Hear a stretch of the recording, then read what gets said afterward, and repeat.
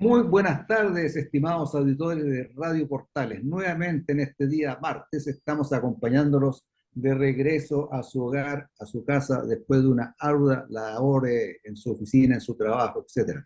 Seguramente van ahí esperándonos nuestra audición, que les comentemos sobre las cosas que han pasado durante la semana. ¿Cómo estamos, amigo Lars?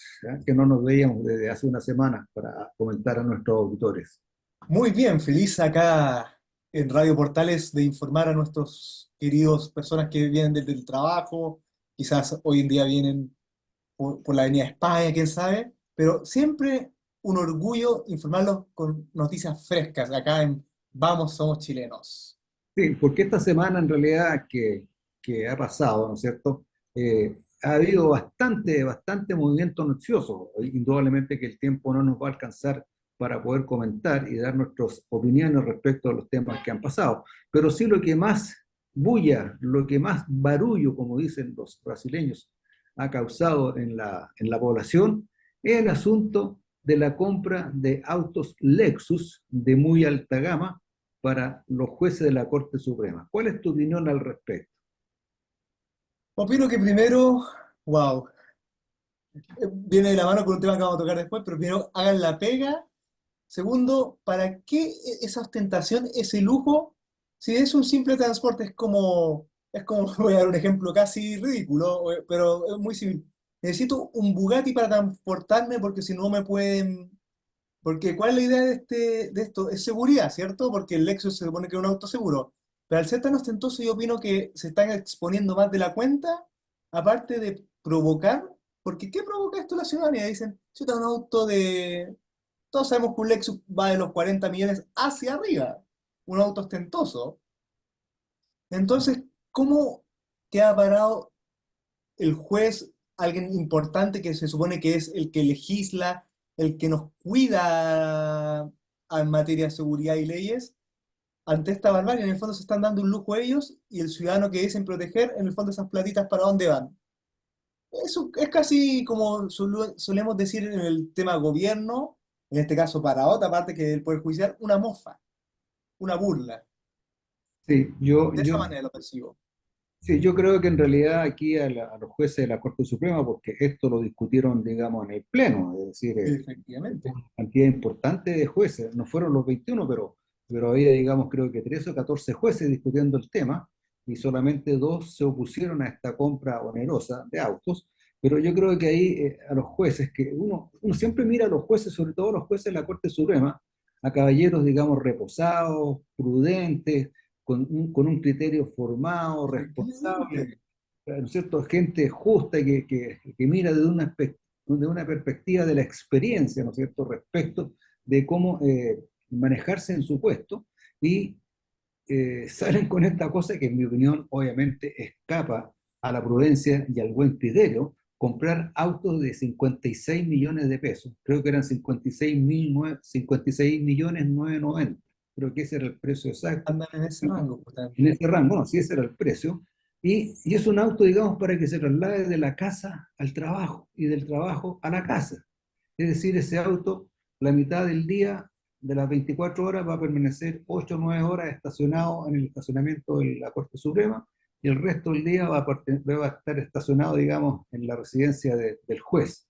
Entonces, no me parece razonable, no me parece prudente que se Es, invierta esa cantidad de dinero habiendo tantas necesidades. No tanto refiriéndome a la población, sino que a ti como abogado y a mí, que nos toca a del veces. aparato judicial, el Poder Judicial uno puede apreciar que no da abasto a nivel, Claro, uno ve los tribunales. claro, hay tribunales que realmente hay una pobreza y están trabajando en unas condiciones, no voy a decir malas, pero bastante precarias. En cambio, hay otros tribunales, el Tribunal de Valparaíso, el Tribunal de Viña del Mar, es un tribunal Y además nuevo, y nuevo, precioso, que impecable, habla bonito, tecnológicos, tecnológico, exactamente. cuánta cosa. Pero qué sé yo, el Tribunal de Quillota. El Tribunal de Quillota es una casona antigua que en realidad eh, trabaja casi en la precariedad. Entonces gastar 56 millones, 57 millones en un auto, cuando esa plata perfectamente podrían acondicionar y dejar en muy buena forma el tribunal, no solamente para que el juez haga su trabajo, sino que para la gente que tiene que esperar, con buenas acomodaciones, un buen aire acondicionado, qué sé yo, etcétera, etcétera, ¿m? Con un buen baño, un baño impecable, etcétera. pero gastarse 57 millones de pesos en un auto Por, y necesitará un juez, una persona del gobierno, necesitará tener un auto de 57 millones de pesos, que lo pagamos nosotros, ¿ah? exacto, con nuestro Paga la impuesto. gente, lo paga la gente, solamente para trasladarse de su casa a la oficina y de la oficina a su casa. Y más aún, ni siquiera lo maneja el juez, lo maneja un chofer. Un chofer, que también es Yo remunerado. creo que ahí se le escapó un poquito el criterio a los jueces, digamos, debe haber sido más, más cercano, Aterrizados, más exacto. aterrizado, ¿no es cierto?, más prudente, porque hay autos medianos de Que 25 cumplen el y objetivo que así. cumplen perfectamente el objetivo de trasladar a la autoridad. Entonces, pues también la gente se pregunta, bueno, ¿y por qué a mí no me dan un auto? Qué sé yo, una persona que trabaja en el registro civil en una ventanilla, ¿por qué esa persona no tiene derecho a que le compren un auto también para que se pueda trasladar de la casa a su trabajo?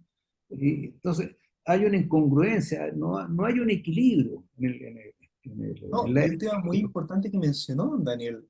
El tema, por ejemplo, del Poder Judicial, todos sabemos que están los tribunales, una es la infraestructura. ¿Y qué pasa generalmente, sobre todo a mí me tocó estar un tiempo en un tribunal de familia? ¿Qué suele ocurrir cuando uno está en esto?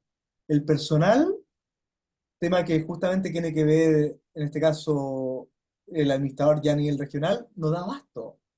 Y uno dice, Claro, chuta, entre personal que haga bien la pega, le pasa, contratan gente capacitada, esa gente estudia y hace bien la pega, y la persona con la problemática, llámese por una demanda, lo que sea, una pensión familiar, tiene una buena referencia al Poder Judicial, en vez de eso ganar están en autos. Es como, uno dice, chuta, ¿cuál es la necesidad hoy en día a nivel Poder Judicial?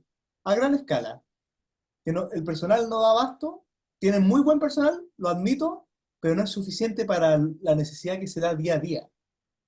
La exactamente, sí. infraestructura es otro tema no menor que mencionaba, y uno dice, chuta, y se dan este lujo que es casi caricaturesco si uno lo ve como, yo cuando lo vi dije, esto será, como dice, como están de moda ahora los memes que les llaman, ¿esto será Claro. una broma o será verídico? Y después salen todas partes y chuta, parece que querían darse un gustito los señores el día de hoy. Claro, porque además un auto, acuérdense que hay mucha, eh, mucha información o mucho litigio en cuanto a los autos fiscales, ¿no es cierto? Que el Es auto fiscal está solamente para ir a su trabajo y volver, o sea, no pueden ir al cine, no pueden ir a la feria, no pueden una ir a la función bastante playa, no específica. pueden salir a pasear con la señora el fin de semana, etcétera, etcétera, etcétera. Entonces, es un gasto que era realmente sobredimensionado respecto del uso que se le da. Así que yo creo que en realidad deben buscar un auto mediano, o sea, autos medianos de excelente calidad. Si Sí, yo de creo que hecho, estaban usando sí. los Toyota. Los Toyota, Toyota, inclusive, si hablamos de autos de lujo, creo que BMW inclusive está más barato, un auto bastante bueno y seguro. Volvo claro, también. con buen servicio técnico en Chile, etcétera, etcétera. Porque además ese auto, pregúntate tú, ¿quién lo iba a mantener? Pues? Y ese es el punto. ¿Y cuánto sale cada repuesto del Es pequeñito? la población con su impuesto que paga la mantención, etcétera, etcétera, el seguro, tanta cuestión. Entonces, indudablemente que yo creo que los jueces no tuvieron buen criterio a tomar esa decisión. Afortunadamente, a través de toda esta presión ciudadana que hubo, principalmente por los medios de comunicación, los jueces revocaron la medida y entraron más o menos en el riel del sano criterio, ¿ah? Sobre todo de un juez de la Corte Suprema. O sea, un juez que llega a la Corte Suprema es una persona que ha tenido una carrera que le ha enseñado Intachable. la vida, la experiencia, ¿no es cierto?, el reposo en qué tomar las decisiones, etcétera, etcétera. Entonces, yo creo que aquí se la arrancó. Y lo otro que comentaban mucho, yo escuchaba a los periodistas y los medios de comunicación que hablaban de la independencia del Poder Judicial.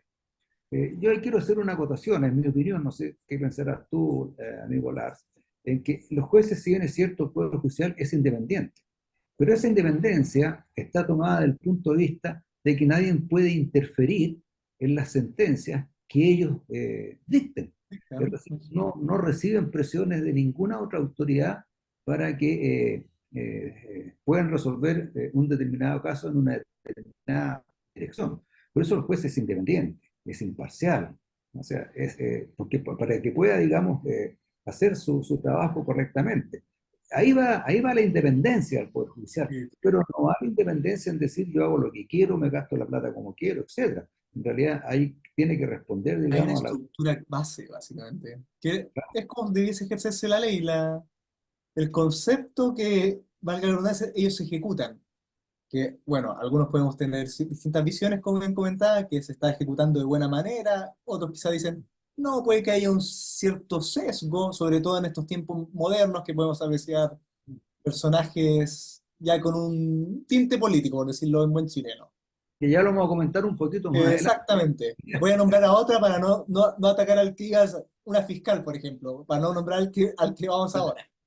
Pero se Claro. nota que hay un sesgo y en el fondo eso no es ejercer ley, eso es un capricho, yo le podría llamar, una especie de capricho político que por lo contrario beneficia a su sector y en el fondo quedan bien parados ellos ante se podría decir, su nicho de poder, en este caso, llámese un partido específico, un grupo, un segmento. Y para eso no está el Poder Judicial. El Poder Judicial, al igual que el gobierno, valga la redundancia, está para servir al ciudadano y darle el mejor espectro posible, valga Claro. la redundancia.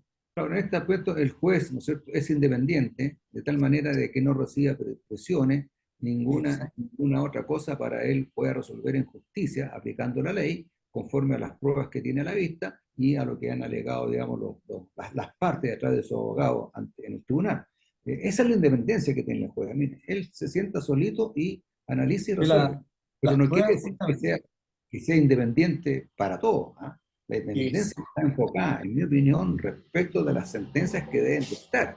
Esa es la independencia que tienen, ¿no? Pero respecto del otro dependerán del Ministerio de Hacienda para el asunto de los pesos, la Contraloría General de la República, de cómo gastan las plata, etcétera. Porque puede pasar, y yo sé que no va a pasar, pero para que nuestros auditores nos puedan entender, puede pasar que a lo mejor el Poder Judicial recibe el presupuesto que le asigna el Congreso a través de la ley de presupuesto cada año y los jueces deciden repartirse la plata, pues, ¿ah? Porque son independientes. Entonces, Exacto. no, entonces, no es así el asunto, güey. No, No, no, no no es así. funciona, como dicen, ¿Ah? hay que distinguir el concepto de libertad de libertinaje, hasta donde yo tengo esa Exactamente. facultad de libertad para decisión, y donde Claro, ya paso a llevar. repartamos el presupuesto a cada uno, qué sé yo, no sé cuánto será el presupuesto del Ministerio de Justicia, digamos, 600 millones para cada uno. Y ahí está la Sería- plata. yo creo que no se No, quejarían, pero no sería muy moral, claro, claro. digamos. Claro, pero no podrían fundamentar que ellos son independientes, ¿va? Entonces yo Exacto. creo que aquí la independencia va en el sentido de que ellos son independientes para resolver los casos que se ponen a su conocimiento, casos de justicia, de ley, ¿no es cierto? Esa es la independencia que tienen los En jueces. explícito rigor, justamente. Por eso me gustaría hacer esa aclaración, porque muchos periodistas decían, es que la independencia del juez, ellos, bueno, no, no pueden hacer lo que quieren. Tienen que hacer, tienen que someterse también a la Irse a ley, la norma. a la norma en lo que es, ¿no es cierto?, el gasto presupuestario, cómo gastan la plata, tienen que rendir cuentas sobre eso también, y no es una cosa que son independientes en forma absoluta. Bueno, entonces, el Poder Judicial, afortunadamente, revocaron el asunto de la compra de los autos. Yo creo que ahora seguramente irán a comprar un auto mediano, un auto que realmente, y además por otro lado, algo La- que hace Lars, que claro, si van en un Lexus, que es un auto vistoso, que que llama la genera atención. cierta, no pasa Eh, desapercibido, El Lexus es la línea de lujo de la Toyota, ¿ah? la Es la, Toyota, exacto. todas, para que nuestros auditores entiendan, el Lexus es, digamos, yo creo que andaría hasta por el Mercedes-Benz lujoso, lujoso, ¿no es cierto? Es un auto de Similar. mucho lujo. Entonces, si ellos quieren andar en forma segura, esa es la forma más insegura de andar, porque van a saber que si es un Lexus de esa categoría, ahí viene un juez de la Corte Suprema. Pues, justamente, Y puede ser, modelo tanto. claro, Sí. puede ser un blanco fácil, ¿no es cierto?, para que pueda sufrir un atentado o cualquier cosa que alguien, digamos, salga algún loco por ahí, digamos, estos terroristas que tenemos hoy día en el país, eh, y haga algún atentado. En cambio, si anda en un auto mediano, común y corriente, pasa totalmente desapercibido, ¿cierto? Entonces yo creo que en realidad los jueces de la Corte Suprema deberían orientar la decisión de la compra de un auto para su transporte de la casa a la oficina y de la oficina a la casa en un auto mediano que sea económico. Y también hay autos híbridos, digamos, que podrían satisfacer sus necesidades. Pero Eh, terminó la semana, ¿no es cierto? Ya, el problema de los autos de la Corte Suprema se anduvo solucionando, ¿no es cierto? Digamos, y los jueces recapacitaron, escucharon el clamor popular, menos mal que escucharon al pueblo, porque hay otro personaje que no escucha al pueblo, ¿no es cierto? que Parece uno que debe, están, como dicen, eh, no sé si estarán con otitis, con algo, pero no entran las palabras. se volvieron sordos. Exactamente. Escuchar al pueblo era para la campaña nomás, ¿no? Pero después ya, en Qué un realidad, ya, bonito eslogan. pero afortunadamente los jueces de la Corte Suprema, que dicen, ¿no es cierto?, que son gente que recapacita con mucho criterio, con mucha prudencia, dijeron en realidad no vamos a comprar los Lexus, ¿no? Pero ya, se arregló un poco el asunto del Poder Judicial, pero resulta que apareció otro juez y salió, ¿no es cierto?, en las noticias, que de alguna manera beneficiaba a ciertos delincuentes. ¿Has escuchado tú algo sobre eso, Lars?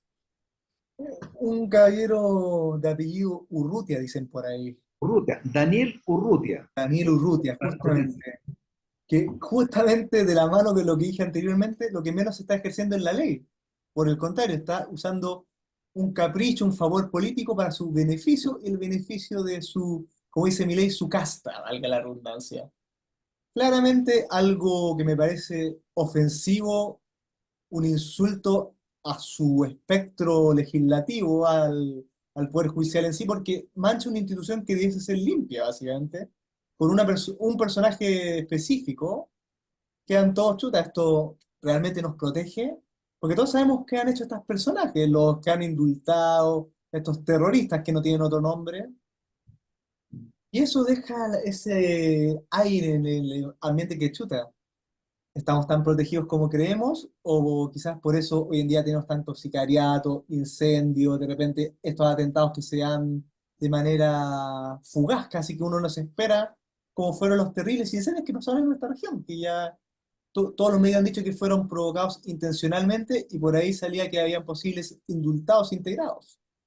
Así Claro, que uno se queda con esa preocupación. entonces ¿Están la haciendo la ciudadanía, pega?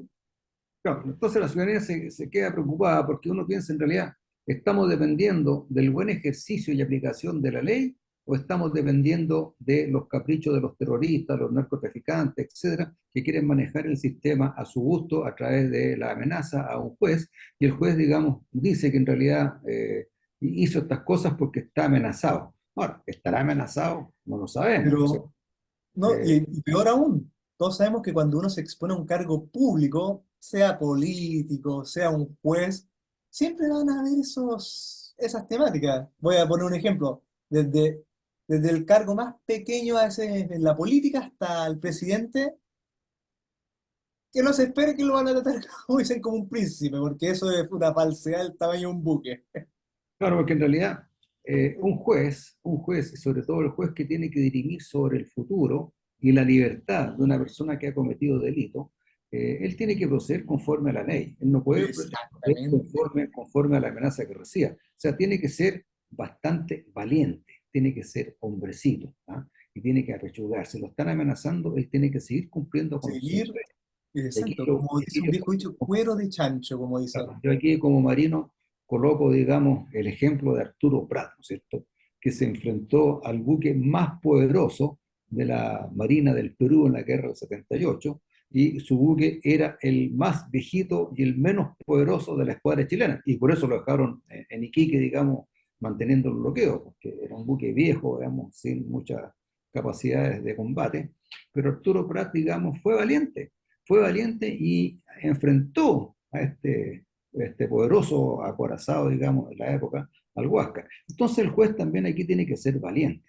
No puede intimidarse y decir, ah, es que estoy amenazado, entonces, bueno, y se va a esconder a la falda de la mamá. Entonces yo creo que el juez ahí no lo está haciendo bien, si es que está amenazado, ¿ah? Ahora, Porque puede que sea un bluff para ocultar otra cosa. incluso No, para justificar, digamos, lo que está haciendo más bien bajo un sesgo político, porque he exacto. visto mucha información en las redes sociales y en la prensa de que el juez tiene una tendencia política bien marcada.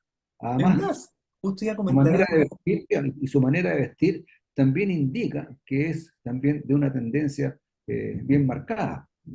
Es más, ¿quién salió a protegerlo en la prensa?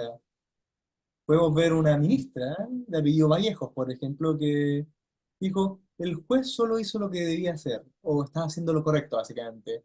Y uno se cuestiona, esto no habrá estado calentado de antes y quizás para quitarse un poco el peso de la prensa, no, es que me estaban presionando los narcotraficantes o los terroristas, quién sabe quién. Pongamos el nombre que queramos, pero un grupo delictual.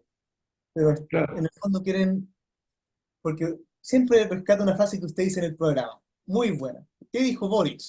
Ilústrenos. Porque hay una frase que Boric ilustra muy bien lo que está haciendo ahora. ¿Cómo se comienza la revolución? Desde el lumpen. Desde el lumpen, claro, eso lo dijo Boric, ¿ah? El La actual revolución existe presidente para el de Chile. lumpen, claro. Exacto, cuando está en su calidad de diputado. Entonces, indudablemente de que como que hubiera alguna conexión, ¿no es cierto? Uno, a través del análisis de la situación y de los hechos, uno como que va llegando, bueno, a la misma cosa, ¿no es cierto? El lumpen el El que nos lumpen. va a cooperar a hacer la revolución. Ahora, también yo escuchaba, creo que era el subdirector operativo de Gendarmería, lo escuchaba en la mañana o ayer en la mañana, no me acuerdo, ¿verdad? Que decía, las cárceles, porque esta gente está en una cárcel de alta seguridad. Alta Entonces, seguridad.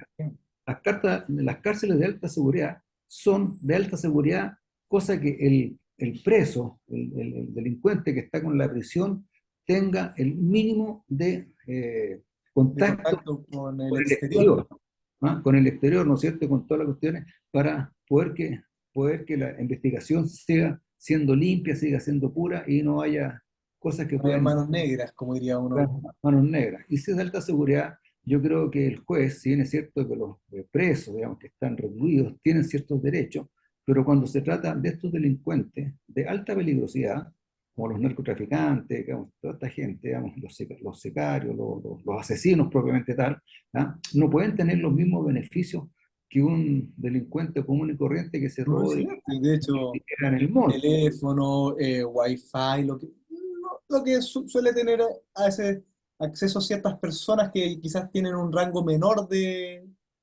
peligrosidad, valga la redundancia. Claro, Acá estamos hablando a veces de líderes de carteles, justamente. bueno, por ahí Entonces, va el chuta, una asunto, ¿no? persona así, literalmente con un celular puede manejar todo el negocio desde la comodidad, valga la redundancia, de su No, camarote.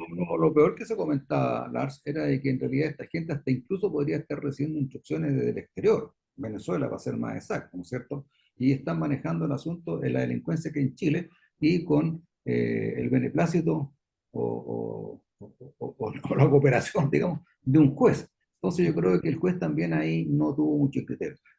Mira, a mí me ha tocado jueces estupendos, jueces que realmente hacen su pega, que son bien justos, que hacen un buen análisis, digamos, de la causa, ¿no? Y llegan a una solución y dictan sentencias. Pero también me ha tocado otros jueces que en realidad no le ponen mucho El amor empeño al al... asunto y como que están apurados viendo el celular, cuánta cuestión me ha tocado en el tribunal. El juez está revisando su celular mientras uno está exponiendo, lo está exponiendo y finalmente dictan cualquier cosa, ¿no?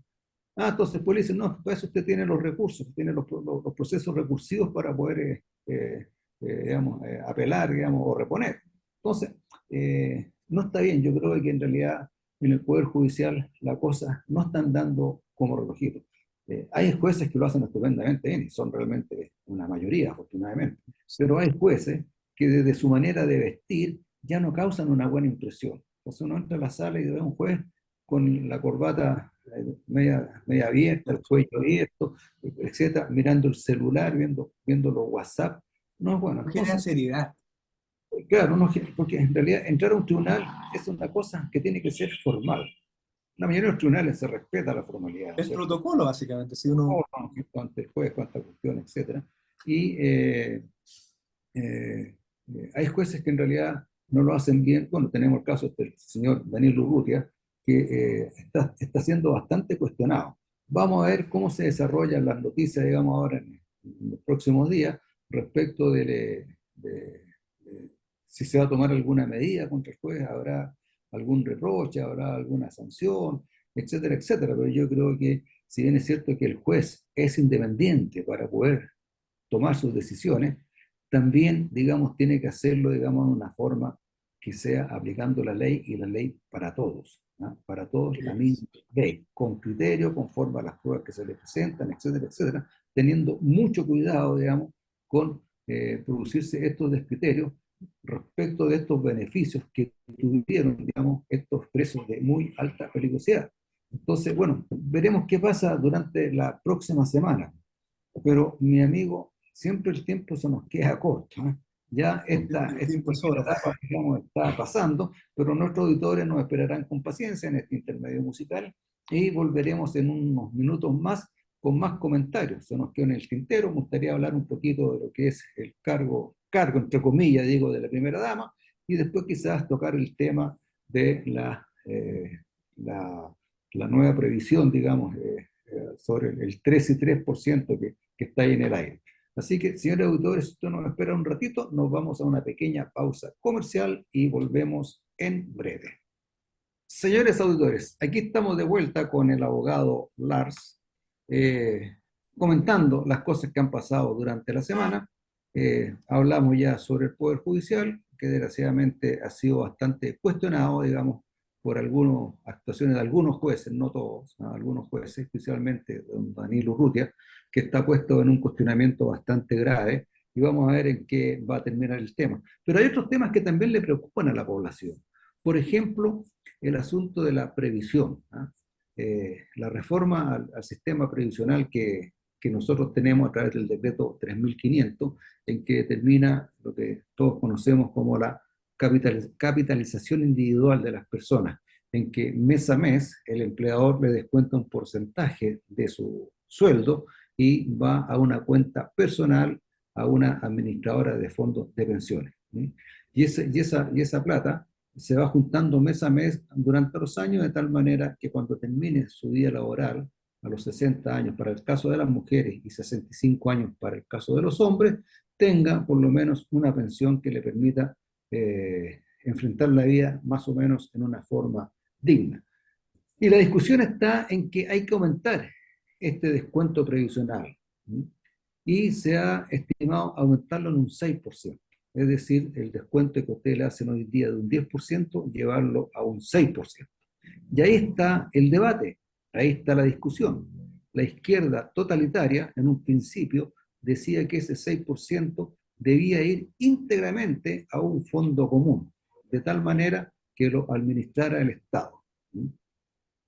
La derecha dice, no, pues, esa es plata del trabajador y va a su cuenta de capitalización individual, de tal manera de que su pensión, el término de su vida laboral, sea mejor de la que se tiene hoy en día con el 10%.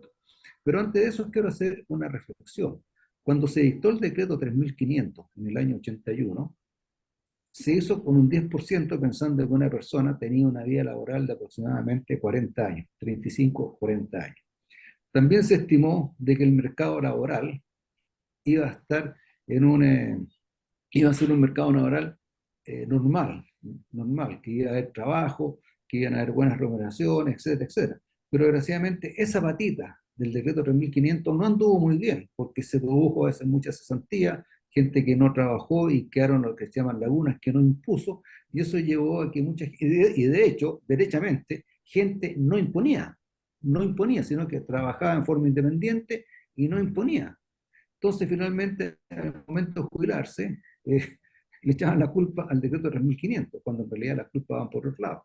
Entonces, a raíz de eso, se estimó que debe aumentarse la cotización en un 6%. Y la discusión está, como les decía, en a dónde va ese 6%. ¿Has escuchado algo tú al respecto, Lars? Efectivamente.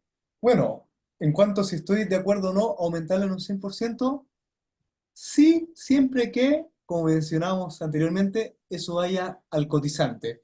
Efectivamente, todos sabemos por esta, ya veces laguna, gente que a veces no cotiza de la manera correcta, es decir, la paga de esta persona no va a los fondos previsionales. Obviamente, esto va variando. Esos 40 años que debiesen ser una constante no son nunca así, valga la redundancia, y por ende no tiene una buena pensión. Al subir esto, obviamente, la persona, cosa que el chileno no suele tener, va a ahorrar más, cosa que cuando jubile va a tener un piso algo más alto. El problema, y acá está lo divertido y a la vez trágico, es que la izquierda siempre le busca una mano negra a esta cosa. En el fondo, ¿qué quieren decir ellos? Ya, efectivamente, le subimos un 6%. Tres van para usted, mi estimado caballero, pero tres van para el aparato estatal. ¿Cuál es el problema ahí? Yo siempre digo, por historia, por simple historia, ¿cómo ha sido la administración de estos personajes? ¿Ustedes creen que esto va a devolvérseles a la ciudadanía de buena manera? ¿O estoy especulando obviamente, o quizás vayan a caprichos políticos, voy a ser un poco humorístico quizás, a fundaciones, por ejemplo. Al ¿Quién sabe? monte, para el monte, como yo digo, se va al monte a la plata. Exactamente. Porque la verdad, yo digo, si fuese un gobierno, que de hecho se habla mucho del modelo escandinavo, muchas cosas por el estilo, pero ahí hay una estructura seria, hay una estructura que genera cierta confiabilidad. Acá, lamentablemente, el administrador actual no está dando esa confianza, por lo cual yo no le daría ni el 0,5% si me lo preguntasen. Porque en el fondo sé que ese fondo particular, sea amplio o mínimo, no va a ir a lo que debiese ir. En el fondo es como una especie de impuesto para que lo redundancia, más caprichos, que ya se lo han dado de sobra. Bueno, sí, porque la señora ministra vocera, la ministra Vallejos, Vallejo, ¿no es cierto?, dijo, mire, en realidad deberíamos respetar la memoria del presidente Piñera, que falleció, ¿no es cierto?, hace unos días atrás, y él dijo que en realidad aquí debía ir un 3% a la acuitación individual y el otro 3% debería ir a este fondo común. Yo creo que no está bien, no está bien, porque ese 3% que es el fondo común es plata del trabajador, es producto de su trabajo, ¿no es cierto? Si yo le quito ese 3%, en el fondo no estoy, digamos, cotizando. Estoy cotizando solamente un 13% y el otro 3% es un impuesto. Es un es, impuesto común y efectivamente, corriente, nada más que eso. Y que va a un fondo común que lo va a administrar el Estado y tal como tú dices, Lars, en realidad la plata, digamos, para dónde se va a ir, nadie sabe. Lo que pasa es la que caja negra. realmente que el Estado comunista lo que quiere es tener plata, tener plata, tener plata, para poder darse todos estos caprichitos que tenemos, como por ejemplo, ¿no es cierto?, el auto, la compra de los Lexus, digamos, de Lexus, 7 millones de pesos, ¿no es cierto? ¿Ah? Y para eso quieren la reforma tributaria, para tener más plata y poder gastarla en sus caprichos, en sus cosas que en realidad en darse el estos fondo los que gustos. les quedan no se quieren ir Pero con los bolsillos por eso vacíos. la población, en su gran mayoría, se opone a que un 3% vaya a este fondo mundial. Y ojalá que nos estén escuchando los parlamentarios y que se den cuenta que en realidad lo que quiere la gente es que ese 6% que se va a aumentar se vaya a su cuenta de capitalización individual, porque es plata que él trabajó, plata que él ganó y que el Estado le dice, mire, yo le voy a contar un 16% de su sueldo, de su ingreso, para que usted en el futuro pueda vivir mejor. Y tal como lo dije también en programas anteriores, cuánta cosa, este ahorro previsional, esta ley de previsión, es un ahorro, es un ahorro. ¿Y qué es lo que es el ahorro? El ahorro en el fondo es postergar una necesidad presente por una necesidad futura. Ese es el concepto de ahorro. O sea, yo agarro esta platita, no la gasto ahora y la dejo para el futuro, que para el caso que nos ocupa en este momento es para poder seguir viviendo dignamente. Por eso no estuve yo muy de acuerdo con los retiros. Los retiros iban principalmente orientados a destruir el sistema de AFP.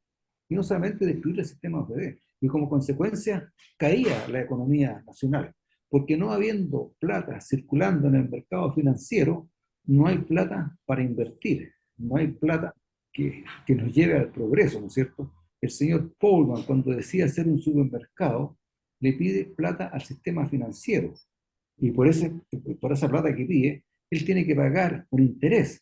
Y no es como Y decía la gente de izquierda, que la plata se la llevaban los empresarios y la gastaban los empresarios, lo que indudablemente mal informaban a la población. Entonces, ellos lo que querían era destruir el sistema FP. ¿Y cómo lo trataron de destruir? Convenciendo a la gente que tenían que retirar esa plata porque la plata no estaba.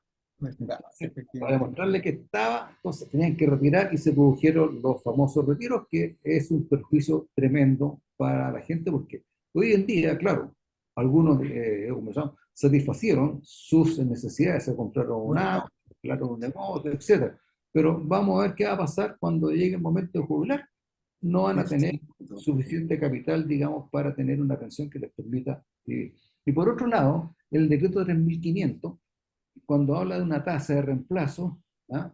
Muchos políticos, principalmente del ala izquierda, y periodistas también, cuya ignorancia, digamos, en algunos es bastante grande, decían de que se había prometido una tasa de reemplazo de un 100%. ¿Qué significa la tasa de reemplazo? La tasa de reemplazo significa que la persona se va a ir ganando el mismo sueldo, si el 100% se iría ganando el mismo salario que tenía hasta el momento de jubilarse. Y no es así. El decreto 3.500 estimaba una tasa de reemplazo de un 70%, 30% menos. ¿Y por qué un 30% menos? ¿Cierto? De esa persona que jubiló a los 65 años, ¿por qué un 30% menos? Porque se supone que a esa edad, después de 40 años de trabajo, el hombre ya pagó su casa, ya educó a sus hijos, ¿no es cierto? Ya pagó el auto que tiene y ya las necesidades no son las mismas que tenía cuando tenía su familia completa. Por eso se estima una tasa de reemplazo de un 70%, un poquito menos, porque ya él vive solo con su señora y nada más, con su casa pagada, etcétera, todo pagado, etcétera, etcétera. Por eso se habla o se habla de una tasa de un 70%. En ningún caso la tasa de reemplazo fue de un 100%. Entonces, eh,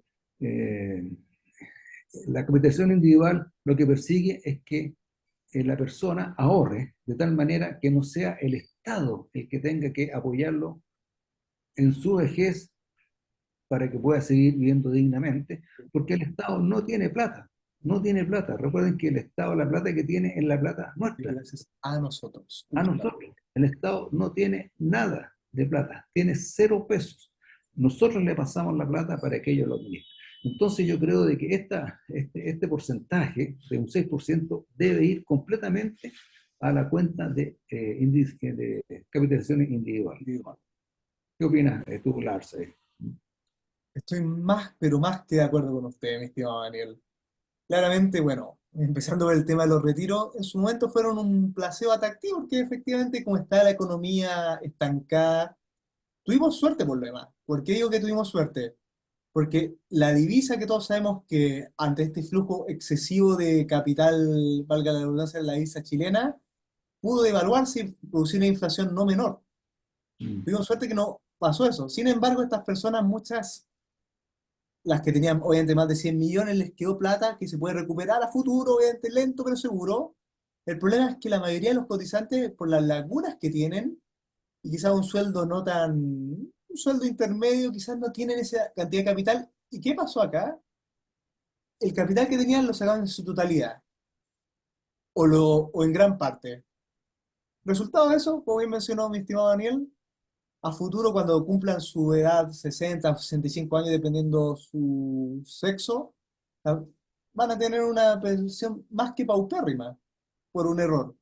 Ahora lo que está haciendo ahora la izquierda, esta izquierda pilluela que yo le digo por decirlo de manera amigable, Mm. es una estafa. Literalmente están encubriendo un impuesto más con un eslogan que es para la ciudadanía. En el fondo, lo que ellos saben hacer por expertise, vender utopías. Y todos Exactamente. sabemos que no es así. Digamos, Exactamente. por historia, todos sabemos que esa plata va a ir. O, voy a dar un ejemplo, estamos en el periodo eleccionario. No, no me sorprendería ver que algunos candidatos como caídos de batalla de la extrema izquierda tengan unas platitas de más. ¿De dónde vienen esas platitas? Lo vamos a dejar a la imaginación del televidente, o en Claro, este caso del oyente.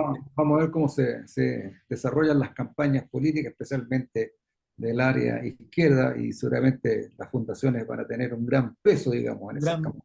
peso. A eso iba, justamente. No lo quería Ah, decir, quería dejar sí, a la van a tener un gran imaginación. peso, no sabemos cuánto, pero volviendo al tema este de la capitalización individual, yo creo que la gente debe entender, y la gente lo entiende, ¿ah? Si la gente dice, con mi plata no, si eso es un eslogan, El, digamos, de la población, con mi el plata no, esfuerzo, ¿cierto? justamente. El esfuerzo, claro, lo que tiene que hacer el gobierno para mejorar su gestión, primero que nada, tiene que despedir a los 100.000 empleados públicos que ha contratado, que no sabemos dónde están, ni con qué plata se pagan, etcétera, etcétera. Y por eso es Empleo que fantasma, como diría uno. y No, por no. eso es que quieren aumentar los impuestos de tal manera de poder dar y cumplir con los favores prometidos.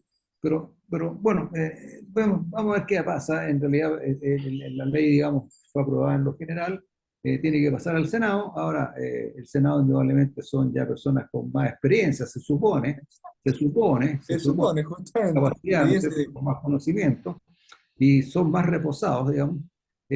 Yo creo que en realidad, eh, si se va a aumentar un 6%, el 6% debe ir íntegramente a la cuenta de cada persona, no al Sí, Estado. Porque ese 3%, si va al Estado, bueno, lo va a tomar y quién lo va a administrar, porque alguien lo tiene que administrar. ¿Ah? O sea, también va a ser una administradora de fondos. ¿Ah? Y Literalmente va a ser una administradora más. una El punto para administradora más. dónde la administra. Claro, y además con el agravante, oye, que esas personas no tienen ninguna experiencia en lo que es el manejo, digamos, de plata y la AFP, afortunadamente, y eso lo tienen que reconocer la gente de izquierda, han sido sumamente eficientes en cuanto a la administración de los recursos que se le entregaron para su custodia. De hecho, usted, señor auditor que nos está escuchando, usted de los 10 pesos que tiene en su cuenta, 3 pesos los puso usted. Los otros 7 pesos se los aportó, digamos, el interés y el manejo Sí. financiero que hicieron las administraciones. Así que cuando usted dice yo tengo 10 pesos, no, usted tiene 3 pesos. El resto se lo aportó el sistema financiero, que en el fondo son suyos también. Ah, pero no haya a pensar de que usted ahorró los 3 pesos. No. No, y Entonces, hago una interrogante. ¿Qué banco hoy en día da esa tasa? Ningún claro, banco. ninguno, ninguno. Hoy día los intereses están sumamente bajos. Bueno, Bajísimo. debemos entender que el señor Boric de economía Poco sabe. poco sabe de muchas cosas, ¿verdad? Yo me acuerdo cuando confundió la Concepción con Concepción. Concepción, ¿no es cierto? Cuando se estaba haciendo un homenaje a los 77 héroes de la Concepción, entonces él hablaba de Concepción. Entonces, indudablemente, y cuando se dio cuenta que estaba en el norte de Chile, pues, en el límite con el Perú, y recién se nos da cuenta que Arica está al lado del Perú. Bueno, pero ya no hablemos del pobre presidente, que en realidad todos sabemos Le que vamos a no. regalar el IPOM, el último IPOM, a ver si entiende algo de lo que tiene ahí. Claro, en realidad no hablemos porque en realidad ya el caballero este ya en realidad, ¿qué más se puede decir? Pero hay una cosa que me preocupa y que, bueno, para nuestros auditores el 3% debe ir también a la cuenta de explotación individual. No se debe aceptar de que vaya plata para el Estado porque no se transforma en un impuesto más. Es decir, por su trabajo le van a cobrar un 3% de su sueldo. Si usted ganaba 100, si usted gana 100, le van a descontar 13 pesos para su cuenta de igualación individual y 3 pesos serían impuestos. Un impuesto que usted le paga al Estado por trabajar, amén del impuesto a la renta y todas estas cosas que se pagan en el mes de abril o mes a mes, etcétera, etcétera, con los famosos PPM. Pero quiero una cosa que me preocupa y que también yo veo que los periodistas y gente del gobierno y mucha gente no tiene muy claro el asunto de la primera dama. Mira, ¿No? ¿No es cierto? La primera dama es un puesto, es una condición que ha existido desde siempre, no solamente sí. en Chile, sino que a nivel mundial. Pero la gente de izquierda lo ha transformado en un cargo que cuando asumió el señor Boich con su polola, no me gusta decir pareja aunque suena medio raro, no, su polola, porque ni siquiera era novia, no había un compromiso tampoco formal de matrimonio, con su polola, ella dijo que el cargo este lo iba a eliminar. Primero que nada, no es un cargo. ¿Cuál es tu opinión al respecto antes de seguir yo con mi conclusión final? Más que un cargo, yo encuentro que es un simbolismo, que en este caso refleja la pareja, o al ser dama ya debiese de ser algo más serio que con la esposa del presidente. En el fondo, la primera dama simbólicamente es la esposa o, o en este caso quien tiene un compromiso con la autoridad, cosa que ni siquiera la señora Caramano, si mal no recuerdo el apellido, era, porque ella era como, Irina, como bien mencionó, se el llamaba quiche de la Irina. polola. Sí, claro. Entonces, claro, mira, yo te voy a decir, el puesto, o sea, la denominación de primera dama, lo tiene el cónyuge, la cónyuge del presidente. Es la cónyuge del presidente que se le asigna esta denominación de primera dama, porque es la cónyuge, es la esposa, es la señora, ¿no es cierto? ¿Ya? Casado formalmente ante el registro civil, es la cónyuge. ¿Por qué? Y es un puesto protocolar. Ese es el puesto Justamente. de la primera dama, es un puesto protocolar, porque en cualquier recepción oficial, en una comida de estas oficiales, cuando se recibe un mandatario extranjero, cuanta cuestión, etcétera, la señora del presidente, la cónyuge, usa un puesto de privilegio, que es al lado derecho del presidente. Por eso es la primera dama, pero no es un cargo que esté dentro de la estructura del Estado, no es un cargo remunerado, no es un cargo que por Efectivamente. ley o por constitución, por ley o por reglamento, tenga funciones que No, no desempeñar. ejecuta ninguna función en No particular. ejecuta ninguna función. Eso es lo que debemos explicarle a nuestros auditores, el puesto, la denominación de primera dama es un puesto protocolar, por el respeto que tiene la esposa del Sí. presidente. O sea, no puede ser que en una recepción oficial esté, digamos, al final de la fila. No, es la cónyuge del presidente de la República. Y como el Valga la señor redundancia, con la antigüedad es un puesto honorífico que se usa mucho en Colombia. honorífico, exactamente, ¿ah? Es un puesto honorífico, claro, por la dignidad que tiene por ser la cónyuge del presidente. Cuando asumió el señor Boric, era una persona soltera, no tenía cónyuge. Y la Sí. señora Irina creo que se llama Gina Caramano, Caramanos. ella asumió el puesto de primera dama, si nunca fue primera dama, porque para ser primera dama el requisito fundamental es ser la cónyuge del presidente de la República. Y ella no era la cónyuge, era la polola, digamos, que estaba ahí, digamos, tambaleando y a los pocos meses, no sé, al año, se acabó el pololeo, ¿no es cierto? Entonces, llegó esta señorita diciendo yo voy a eliminar el cargo de la primera, incluso le había colocado a su oficina, no me acuerdo, un título especial, ¿no es cierto? Si algo recuerdo, como que tenía su Claro, particularidad. para que quedara para la historia, o sea, era una desfachatez del porte de un buque, no un buque, digamos, de un avión de estos grandotes, no sé, ¿ah? De un transbordador, digamos, esto de la NASA. Era una cosa, realmente yo miraba y decía, "Pero, bueno, ¿cómo puede haber tanta ignorancia?". Bueno, es toda la introducción comunista que se quiere meter en la destrucción del país. Pero, señor auditor, usted que nos está escuchando, no existe en la estructura del Estado un cargo de primera dama. La primera dama es un puesto protocolar, en honor, es un puesto de dignidad por ser la cónyuge del presidente. Y cuando se casó, bueno, cuando asumió el señor Boric, no había primera dama. La señora Irina asumió un cargo de primera dama y trató de darle una estructura. No, nunca fue primera dama. Quiso ser primera dama o se la dio de primera dama, pero no era primera dama. La primera dama, vuelvo a repetir, es la cónyuge del presidente. ¿Qué le parece, estimado Lars? Efectivamente. Primero que todo, debe haber un compromiso, valga la redundancia, esposa y esposo, para que se ejecute este puesto de honor primera dama, valga la redundancia. Y bueno, lo que hizo la señora Irina Caramanos fue, yo creo, Ya, señorita, señorita, exacto. No más que señorita, nada, ¿cómo explicarlo? Este típico show izquierdista que uno dice falta los fuegos artificiales nomás para el sello. ¿No? claro. Fue algo No, que no tenía ni pie ni cabeza. No y tenía.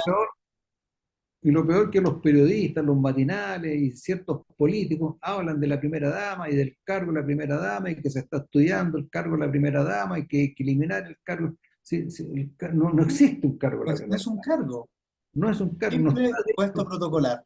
Digamos, no no, está, no no, está, mucho valor tendrá, obviamente, porque todo, que es un hombre sin su esposa, valga la redundancia. Bueno, para el presidente Boric no puedo hablar mucho, pero que es un hombre sin su mujer. Pero es un símbolo protocolar, básicamente, de honor. de honor, exactamente, es un puesto protocolar, es una denominación protocolar, digamos, por la dignidad que tiene el presidente de la República, ¿no es cierto? Y la señora probablemente no puede quedar, digamos, sentada detrás de la mesa o debajo de la mesa, puesto en un Absolutamente. cóctel, Sería, la recepción entran los dos, o los dos reciben, digamos, a los invitados oficiales, en cualquier cosa, ¿no es cierto? Pero le es da un un toque de seriedad, cuestiones justamente. protocolar. Ahora, que la primera dama, digamos, se sienta en la necesidad de cooperarle al presidente, principalmente con todas estas ayudas sociales, estupendo, que lo haga porque nuevamente tiene una llegada más que directa con el presidente de la República para conseguir fondos, conseguir medios, conseguir cosas, de tal manera de poder hacer estas acciones sociales. Pero es una cosa que la han asumido las primeras damas en forma A totalmente lo largo de la voluntaria historia. y a iniciativa de ellas, ¿no es cierto? ¿No es cierto? Y ellas, digamos, tienen a veces también un grupo asesor que les ayuda a toda esta función social. Pero el cargo de primera dama no es un cargo que esté dentro de la estructura, digamos, del Estado, ¿no es cierto? Como están, que sido los ministros, los Sí, ministerios, digamos, ¿no es cierto? La Contraloría General, que son puestos que están realmente estructurados, digamos, y hay leyes orgánicas constitucionales que los regulan. Pero aquí no hay nada. Entonces, para que nuestros auditores entiendan claramente que el y es cargo de primera dama no existe, nunca ha existido, sino que solamente es un honor que se lleva, digamos, la cónyuge del presidente de la República. Es un puesto protocolar, porque no puede quedar, digamos, al final de la fila, la esposa de Cuñón. Y por eso, vuelvo a repetir, el señor Boric, soltero, no había primera dama, Primera. no hubo primera dama, nunca hubo una primera dama. Hubo una señorita que trató de dársela de primera dama, y indudablemente, ante la presión social y dado que no era bien recibida, solita se fue y abandonó. Y después peleó, si ella no es polola del presidente. Eh, bueno, entonces, eso es lo que uno más o menos trata de explicarle a los auditores, de tal manera de que se vaya creando una conciencia de cómo son las cosas en la realidad, no lo que dicen los periodistas, porque hay periodistas muy buenos, ya no hay los periodistas que habían antiguamente, ¿no? Periodistas de peso, ¿cierto? De Hernán verdad, de hecho. Martín, Sánchez, no sé, qué sé yo, bueno, ya me acuerdo de otros periodistas, la Carmen, esta niña, bueno, Marina Navasales, etcétera, que eran periodistas cultos, ¿no es cierto? Cultos, cultos. Hoy en día no, hoy día tenemos gente que es más charlatán que periodista, y por eso caen en todo este tipo de Faranduleros, valga la redundancia, más que instancias, claro, periodistas en sí. y no saben usar el lenguaje, y siguen hablando de las y de los ciudadanos y ciudadanas, diputados y diputadas, menos mal que no dicen, qué sé yo, no sé, El que le agrega la E, como es diputades, que está tan de nada, ¿no moda es cierto? en su Claro, porque momento. está totalmente contaminado, digamos, con todo esto de que este Anticultura más que discursivo cultura. anticultural. Entonces, nuestra intención siempre ha sido aquí en este programa de radio poder aclarar algunos conceptos a nuestros auditores, de tal manera de ir haciéndonos ver que las cosas no son como lo dice este gobierno y principalmente la izquierda autoritaria. Amén. Sí es. Así es. Bueno, estimado Lars, no sé por qué el tiempo nos pasa más rápido a nosotros, ¿ah? Yo a veces cuando hago algún programa por ahí, no hay a la hora que termine y que pase el tiempo rápido, pero aquí a nosotros parece que el tiempo nos juega En los siempre una... temas parece que son buenos. Claro, Eso es positivo, es positivo. claro. Así que bueno, no sé si tienes algunas palabras de cierre. Bueno, un gran abrazo a nuestros auditores y a seguir la semana con fe y convicción. Y recuerden, año eleccionario, siempre hablamos acá de que las autoridades tienen que estar a la altura, puede serlas con seguridad. Un gran abrazo. Listo, muchas gracias. Así que, estimados auditores, nos estaríamos viendo, si Dios quiere, el próximo martes también a las 19 horas, acompañándolos en su regreso a casa después de un largo trabajo en su oficina. Así que muy buenas tardes y nos estamos encontrando el próximo martes, perdón, en este mismo horario y en este mismo dial de la radio Portales.